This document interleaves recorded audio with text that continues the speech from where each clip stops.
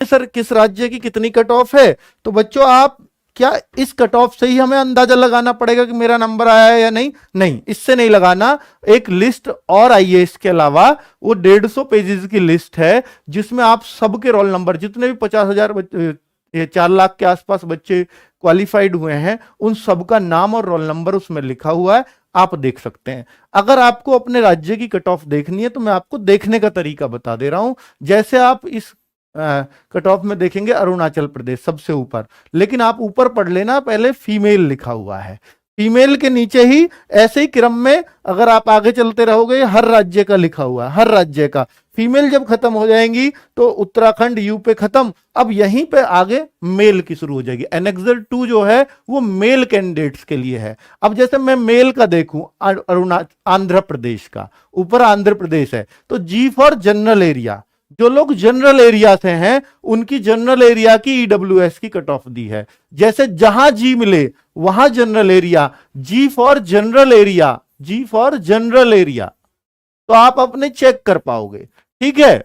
और यहां पर N for Naxal area, N for Naxal area, और B for border area, B for border area. तो बच्चों इस चीज को इस तरीके से चेक कर लेना। तो बी फॉर नहीं देखना, आपको ओबीसी देखो या यूआर देखो, कट ऑफ देखो, तो चेक कर लेना कि मुझे देखनी कौन से की है, क्या मैं नक्सल एरिया में हूं? नहीं, वो तो आपको फॉर्म भरते ही पता चल गया होगा, भरते टाइम, कि आप नक्सल एरिया में है या नहीं है, आप बॉर्डर एरिया में है या नहीं है। तो बच्चों आप जनरल एरिया में है तो जनरल एरिया की कट ऑफ देखना। जैसे मुझे अरुणाचल प्रदेश की जनरल एरिया की कट ऑफ की यूआर देखनी है, तो ये रहा, G for general, U for UR, ठीक है। अब मैं इसको आगे देखूंगा तो ये कट ऑफ गई है 48.05, यानी 24 क्वेश्चन जिस बच्चे के सही थे।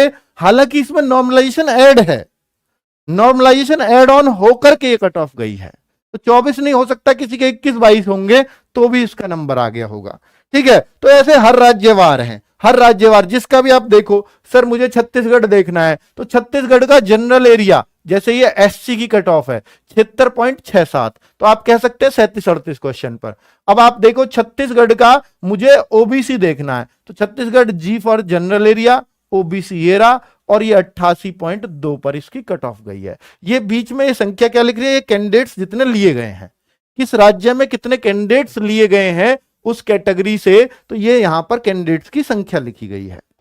सर फिर ये आगे क्या लिखा हुआ है? तो बच्चों ये जो लिखा हुआ है ये उसके जो लास्ट कैंडिडेट्स के मार्क्स लिखे हैं पार्ट ए पार्ट बी में, यानी पार्ट ए पे हो सकता है आपका मैथ्स आ रहा हो, पार्ट बी पे रीजनिंग आ रहे हो, तो उनके पार्ट ए पार्ट बी के ये जो है मार्क्स लिखे गए हैं, वही है part A marks part B marks. Sir इनका कोई अर्थ है? नहीं, इनका कोई अर्थ नहीं है, आप इसको इग्नोर कर सकते हैं। ये उस कंडीशन में पार्ट ए पार्ट बी का लिखा हुआ है कि अगर 2 कैंडिडेट्स के बराबर मार्क्स हैं तो जिनके पार्ट ए पार्ट बी में ज्यादा होंगे उस कैंडिडेट्स को लिया जाएगा, अगर 2 में से एक लेना पड़े तो।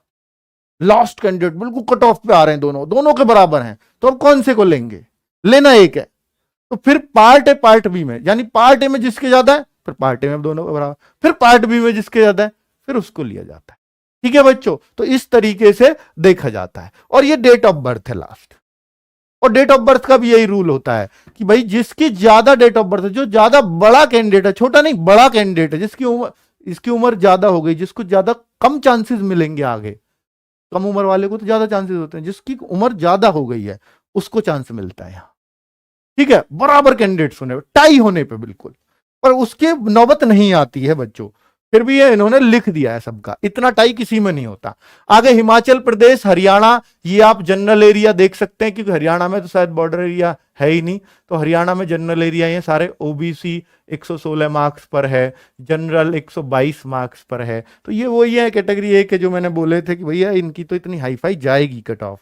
आप झारखंड देख सकते हैं, झारखंड का जनरल एरिया मुझे देखना है, ये ओबीसी आ रहा है तो 100 नंबर पे गई है, तो झारखंड काफी डाउन है क्योंकि यहां वैकेंसी ज्यादा थी, ठीक है। इस तरीके से आप लद्दाख, मध्य प्रदेश देख सकते हैं। मध्य प्रदेश का अगर आपको जनरल एरिया का जनरल कैंडिडेट्स का देखना है तो 84.5 जनरल एरिया का, ये सॉरी ये महाराष्ट्र है, मध्य प्रदेश नहीं है, मैं महाराष्ट्र में देख रहा हूं, तो 84 पर ही गई है जनरल की कट ऑफ यानी 42 क्वेश्चन जिस बच्चे के सही हैं महाराष्ट्र में जनरल में उसका काम हो जाएगा। अब अगर आपको महाराष्ट्र में आपको देखना है कि ओबीसी कितने पे गई है तो 79.9 यानी जिस बच्चे के 40 क्वेश्चन सही हैं वो बिल्कुल यहां पर सिलेक्शन ले रहा है, फिजिकल के लिए क्वालिफाई हो रहा है। आगे अगर बात करें तो ये मेघालय, उड़ीसा, इन सबके, पंजाब, आप इन राज्यों के देख सकते हो, सबकी स्टेट वाइज कट ऑफ लिखी हुई है। अब देखिए उत्तर प्रदेश, राजस्थान आ गया तो राजस्थान में जनरल एरिया राजस्थान यूआर मतलब जनरल कैटेगरी और 122 पे यानी 61 क्वेश्चन, राजस्थान की सबसे हाई फाई कट ऑफ जाती है। 61 क्वेश्चन जिसके सही हैं उसी को यहां मौका मिला है। आगे अगर आपको देखना है कि सर यूपी देखना है मेरे को, तो यूपी में आप जनरल एरिया देखिए या बॉर्डर एरिया से तो बॉर्डर देखिए, आप नक्सल एरिया से तो नक्सल देखिए। तो जो जनरल एरिया देख रहे हैं उनके लिए ईडब्ल्यूएस की जो कट ऑफ है वो 120.4 है। जनरल एरिया यूपी में 109.9 है एससी कैंडिडेट्स के लिए। अगर आप और देखें कि यूपी में अगर आपको जनरल एरिया की एसटी देखना है तो 103 मार्क्स पर है, और यूपी में अगर आपको जनरल एरिया एक्स सर्विसमैन देखना है तो मात्र 32 मार्क्स है। उत्तर प्रदेश में अगर आपको जनरल एरिया ओबीसी देखना है तो 121 पॉइंट समथिंग है। तो यानी 60.5 क्वेश्चन जिस बच्चे के सही हैं यूपी में ओबीसी में उसका हुआ है। और यूपी में अगर आप जनरल कैंडिडेट्स हैं तो आपको क्वेश्चन आपके सही होने चाहिए 61.5, लगभग 62 क्वेश्चन है क्योंकि 123.7 पे मेरिट है। तो भाई बहुत तगड़ी कट ऑफ गई है, ठीक है, बहुत तगड़ी कट ऑफ गई है, उम्मीदों से कहीं ज्यादा।